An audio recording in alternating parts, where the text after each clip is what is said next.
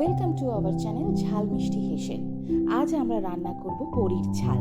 তার জন্য আমরা মিক্সিং বোলের মধ্যে 2 চামচ সর্ষে, 2 চামচ পোস্ত, 4টে রসুন, একটা বড় পাকা টমেটো আর 4টে লঙ্কা দিয়ে নিয়েছি। এর মধ্যে দিয়ে দিলাম অল্প পরিমাণে নুন। এবার পেস্টটা হয়ে গেছে, দেখতেই পাচ্ছেন একটু বেশি করে পেস্ট করেছি। এবার কড়াই বসিয়ে গ্যাসে কড়াইয়ের মধ্যে আমরা বড়িগুলোকে দিয়ে দেবো এবং বড়িগুলোকে আমরা শুকনো খোলায় ভেজে নেব। শুকনো খোলায় এই জন্যই ভাজছি, যেহেতু আমি অল্প তেলে রান্না করছি, তাই বড়িগুলো ভাজার সময় যাতে আমাকে বেশি তেল দিতে না হয় তার জন্য আমরা শুকনো খোলায় ভেজে নিলাম, যেগুলো আমরা অনেকেই জানি। এবার বড়িগুলো একটু ভেজে নিয়ে তার মধ্যে অল্প একটু তেল দিলাম। তেল দিয়ে বড়িগুলোকে ভালো করে নাড়িয়ে নিচ্ছি। বড়িগুলোকে ভালো করে নাড়িয়ে নেব, এমনভাবে নাড়াবো যাতে বড়িগুলো পুড়ে না যায় বা ভেঙে না যায়। বড়িগুলো হালকা একটা লালচে রং ধরে এলে বড়িগুলোকে আমরা কড়াই থেকে তুলে নেব। এবার কড়াইয়ের মধ্যে আমরা অল্প একটু তেল দেব।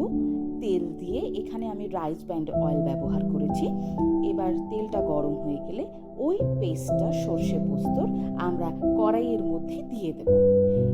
ফ্লেমটাকে গ্যাসের একদম কমিয়ে নেব যাতে পেস্টটা পুড়ে না যায়।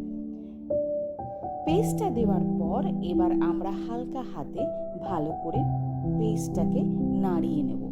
দেখতেই পাচ্ছেন একটু ভালো করে নাড়িয়ে নিচ্ছি। এমনভাবে নাড়াবো ফ্লেমটাকে কমিয়ে দিয়ে একদম, যাতে পুড়ে না যায়। যেহেতু পোস্ত আছে এর মধ্যে পুড়ে যাওয়ার বা লেগে যাওয়ার সম্ভাবনাটা খুব কম এবং একটা পোড়া গন্ধ বেরোলে খেতে খুব বাজে লাগবে। তাই আমরা ফ্লেমটাকে একদম কমিয়ে নিয়েছি।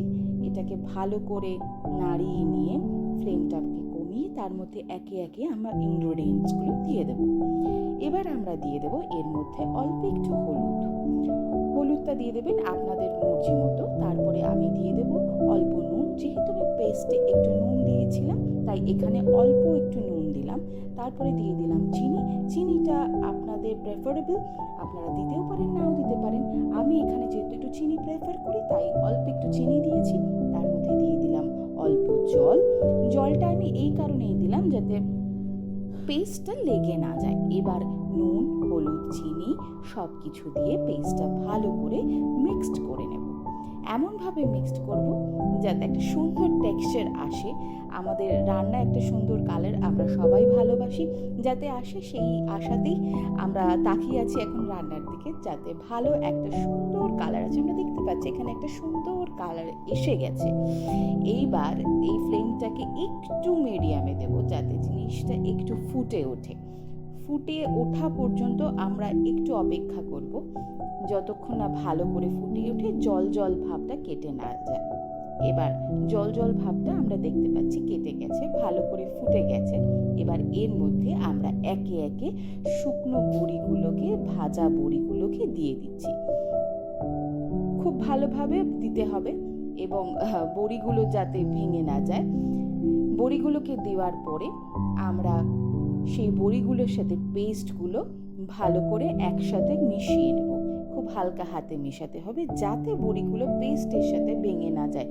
চেষ্টা করব যাতে বড়িগুলো ভেঙে না যায়। বড়িগুলো ভেঙে গেলে হয়তো ভালো লাগবে না খেতে, তাই আমি চেষ্টা করছি বড়িগুলো যাতে ভেঙে না যায়, তাই আমি অল্পভাবে নাড়িয়ে নিচ্ছি।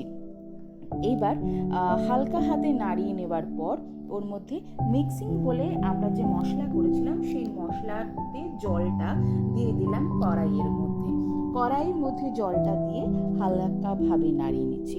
এখানে হতেই পারে বড়িগুলো জল পড়লে নরম হয়ে যেতে পারে, তাই হালকা হাতে নাড়ালাম যাতে বড়িগুলো ভেঙে না যায়।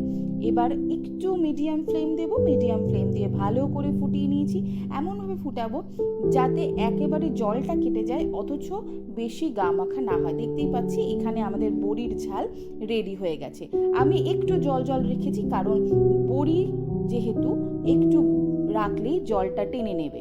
এবার আমাদের বড়ির ঝাল প্রস্তুত হয়ে গেছে।